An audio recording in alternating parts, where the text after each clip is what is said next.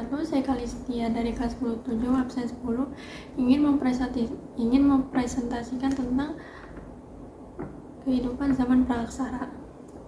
Jadi, masa praaksara atau biasa disebut masa prasejarah adalah masa kehidupan manusia sebelum mengenal tulisan.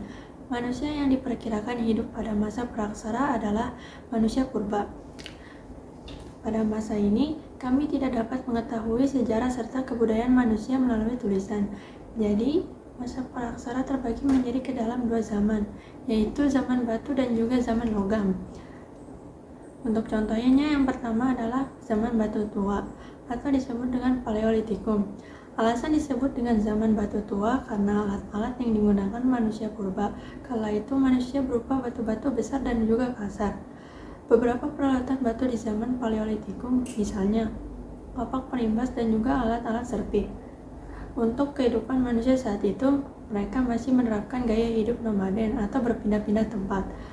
Mereka memperoleh makanan dengan cara berburu binatang dan mengumpulkan makanan berupa biji-bijian, sayuran, dan buah dari alam yang dilewatinya. Yang kedua adalah zaman batu tua atau disebut dengan Mesolitikum.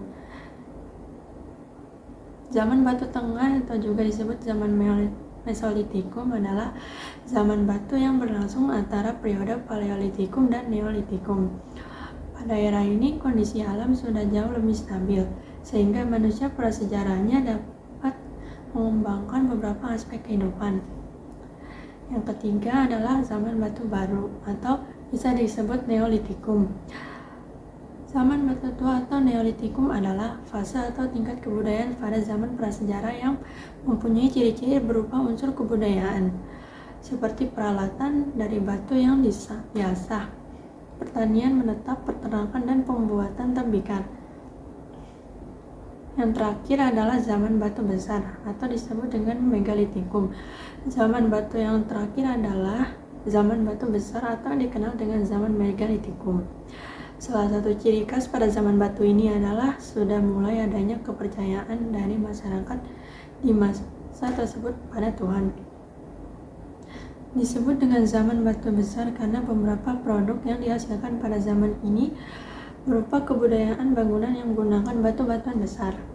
Contohnya seperti menhir, dolmen, kubur peti batu, sarkofagus, waruga, punden berundak, dan patung-patung. Selanjutnya adalah tradisi masyarakat sebelum mengenal tulisan. Tradisi lisan merupakan cara yang dilakukan oleh masyarakat yang belum mengenal tulisan dalam 140 merekam dan mewariskan pengalaman masa lalu dan masyarakatnya. Perekaman dan pewarisan masa lalu menjadi kebudayaan yang dimiliki oleh pendukung tradisi tersebut. Sebagai suatu aspek budaya, maka kepentingan untuk menjelaskan atau memahami lingkungan sekitar itu adalah sekaligus sebagai usaha memberi pegangan pada masyarakat, terutama generasi berikutnya dalam menghadapi berbagai kemungkinan dari lingkungan itu. Di sini tradisi lisan berfungsi sebagai alat mnemonik, yaitu usaha dan merekam, menyusun dan menyimpan pengetahuan demi pengajar dan pewarisannya dari suatu generasi ke generasi berikutnya.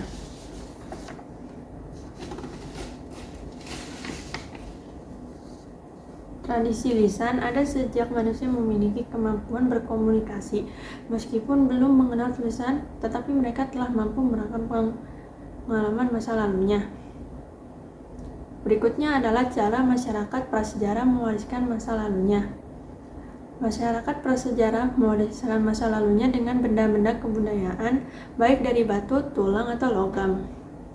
Selain itu, mereka juga meninggalkan jejak seperti lukisan di dinding gua, sampah dapur, dan gua tempat tinggal.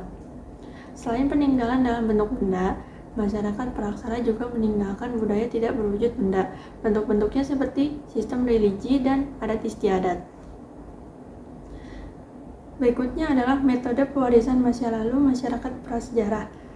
Berikut ini metode pewarisan pada masa lalu yang dilakukan masyarakat praaksara, baik keluarga maupun masyarakat. Yang pertama adalah folklore, adalah istilah adat tradisional dan cerita rakyat yang diwariskan secara turun-temurun, tetapi belum dibukukan. Yang kedua adalah mitologi. Mitologi yaitu cerita rakyat yang dianggap benar-benar terjadi dan bertalian dengan terjadinya tempat, alam semesta, para dewa, ada istiadat, dan konsep dongeng suci. Yang ketiga adalah legenda. Legenda adalah cerita rakyat yang dianggap benar-benar terjadi, yang ceritanya dihubungkan dengan tokoh sejarah, telah dibumbui dengan keajaiban, kesakitan, dan keistimewaan tokohnya. Yang keempat adalah dongeng. Dongeng adalah cerita rakyat yang tidak benar-benar terjadi, diceritakan karena berisi petuah, kebaikan mengalahkan kejahatan, ajaran moral, dan petuah bijak lainnya. Yang terakhir adalah upacara. Upacara adalah serangkaian tindakan atau perbuatan yang terikat pada aturan tertentu berdasarkan adat istiadat, agama, dan kepercayaan. Jenis upacara dalam kehidupan masyarakat antara lain upacara penguburan, upacara perkawinan, dan upacara pengukuhan kepada suku. Selanjutnya adalah jejak sejarah di dalam folklore dan mitologi. Folklore berasal dari dua kata, yaitu folk dan lore. Folk adalah kelompok orang yang memiliki ciri-ciri pengenalan fisik, sosial, dan kebudayaan, sehingga dapat dibedakan dari kelompok-kelompok lainnya. Ciri-ciri pengenalan itu antara lain dapat berwujud warna kulit yang sama, rambut yang sama, mata pencaharian yang sama, bahasa yang sama, taraf pendidikan yang sama, dan agama yang sama. Namun yang lebih penting lagi adalah bahwa mereka memiliki suatu tradisi, yakni kebudayaan yang telah mereka warisi turun-temurun, sedikitnya 2 generasi. Di samping itu, yang paling penting adalah mereka sadar akan identitas kelompok mereka sendiri.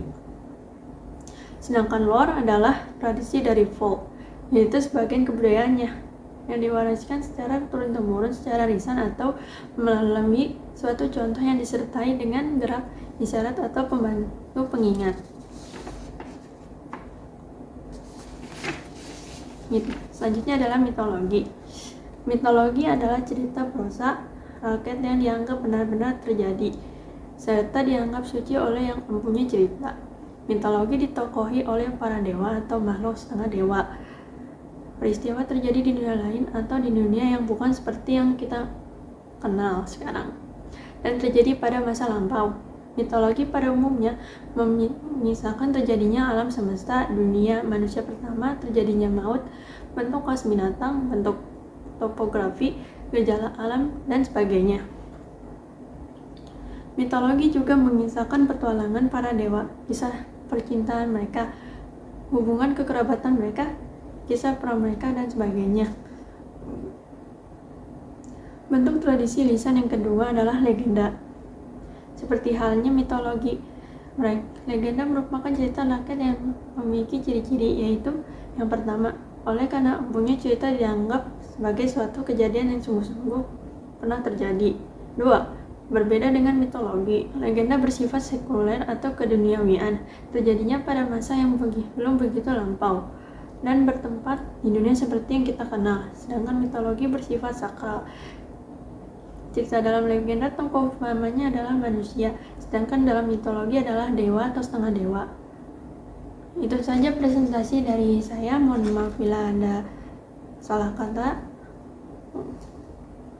Wabillahi taufiq wal hidayah. Wassalamualaikum warahmatullahi wabarakatuh.